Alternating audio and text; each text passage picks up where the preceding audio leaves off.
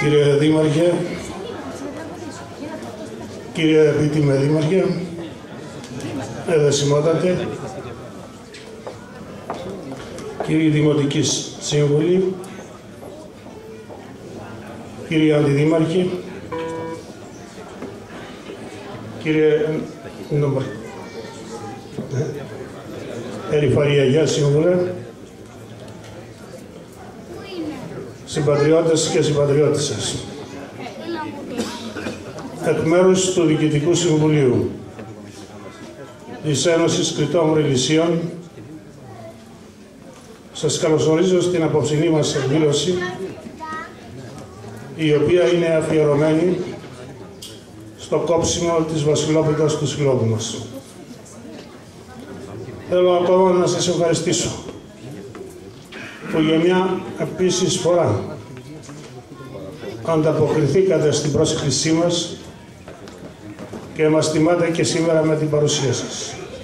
Την πραγματικά πολυπληθή παρουσία σας. Είναι μια παρουσία που μας δίνει τη δύναμη και το κουράγιο σε αυτούς τους δύσκολους καιρούς που ζούμε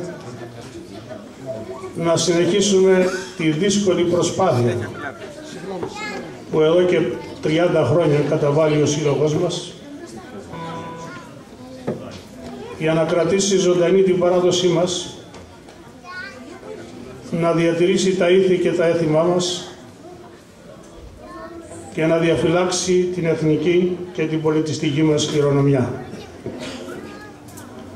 Είναι μια παρουσία που μας επιτρέπει να έχουμε ένα ζωντανό σύλλογο και μας επιβάλλει να στηρίζεται μόνο στα ιδανικά της φυλής μας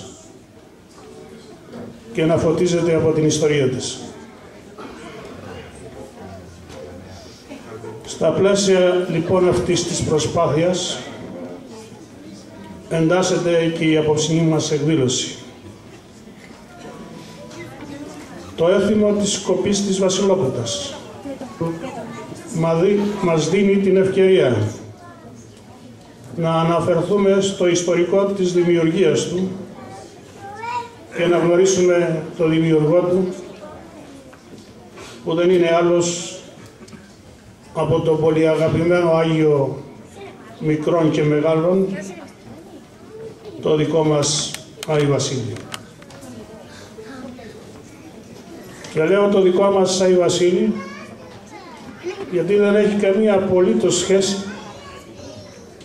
με το γνωστό σήμερα σε όλους μας ξενόφερτο, καλοθρεμμένο και ροδοκόκκινο γέροντα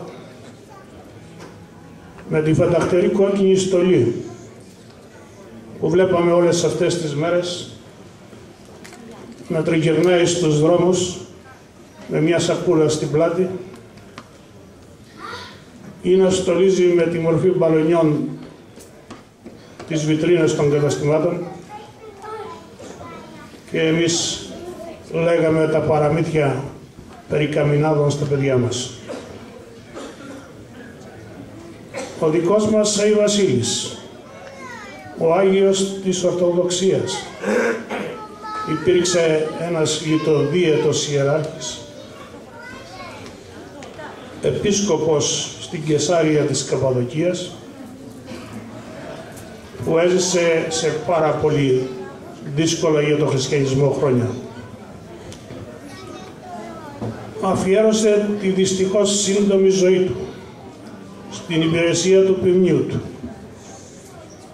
Έφτιαξε μεγάλα και ευαγή ιδρύματα και δεν δίστασε να συγκρουστεί με τους ισχυρούς της εποχής όταν οι περιστάσεις το απαιτούσαν. Έτσι λοιπόν, όταν το 365 μετά Χριστόν ο τότε Ρωμαίος αυτοκράτορας Σουάλης, θέλοντας να τιμωρήσει τους χριστιανούς κατοίκους της Κεσάριας για την πίστη του,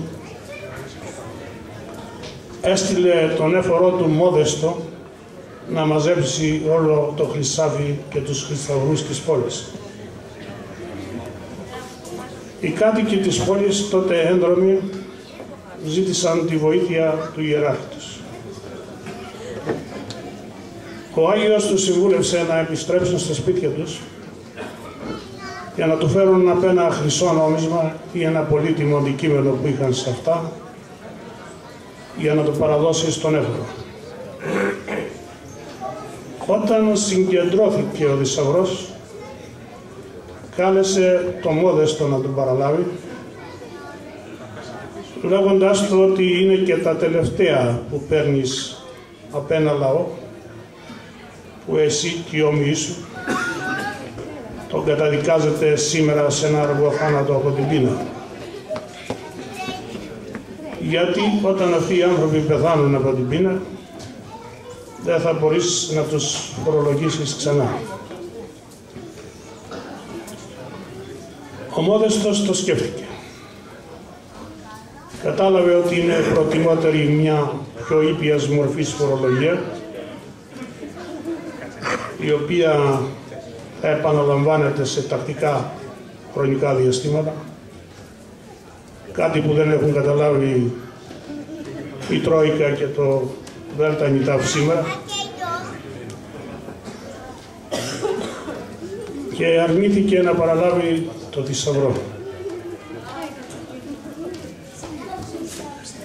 Αυτόματα προέκυψε για το πρόβλημα της επιστροφής του θησαυρού στους κατόχους του. Τότε ο Άγιος συμβούλεψε τους κατοίκους της πόλης να επιστρέψουν στα σπίτια τους, να φτιάξουν από μια μικρή πίτα ο καθένας και μέσα να κρύψουν από ένα χρυσό αντικείμενο. Όταν φτιάχτηκαν οι πίτες και πήγαν στους φούρνους και ψήθηκαν, ανέλαβε ο ίδιος προσωπικά τη διανομή τους. Και το θαύμα έγινε. Στην κάθε πίτα που πήρε ο κάθε κάτοικος της πόλης από τα χέρια του Αγίου, βρέθηκε το προσωπικό υλικό του χρυσό αντικείμενο. Έτσι λοιπόν δημιουργήθηκε το έθιμο της σκοπής της Βασιλόπιτας.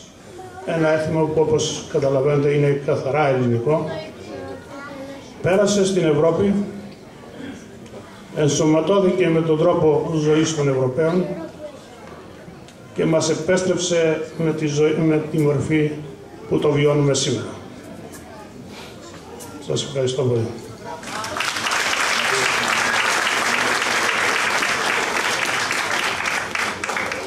Θα συνεχίσουμε με το μεγάλο χορευτικό του συλλόγου μας, τους Κρηταετούς. Θα έχετε την ευκαιρία να τους απολαύσετε και στη συνέχεια θα κόψουμε την πίτα μας. Σας ευχαριστώ και πάλι.